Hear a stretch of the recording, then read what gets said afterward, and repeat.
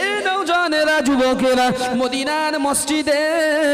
নববী শরীফে আল্লাহ নবী বসে আছে আমার রাসূলুল্লাহর মুখটা বড় মলিন হয়ে আছে আল্লাহ নবীর সবচাইতে মুহাব্বতের সাহাবী আল্লাহ নবীর বড় আশার সাহাবী ফারুক আযম মদিনার মসজিদে নববী শরীফে ফজরের নামাজের জামাতে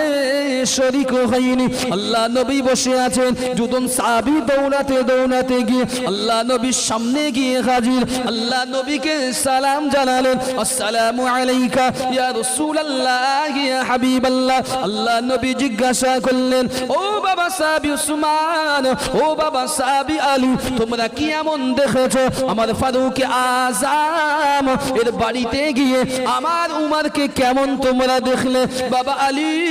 তুমি আমার সাহাবী উমরকে কি বিবি বাচ্চাদের সঙ্গে খোশামদদ করতে কি দেখেছো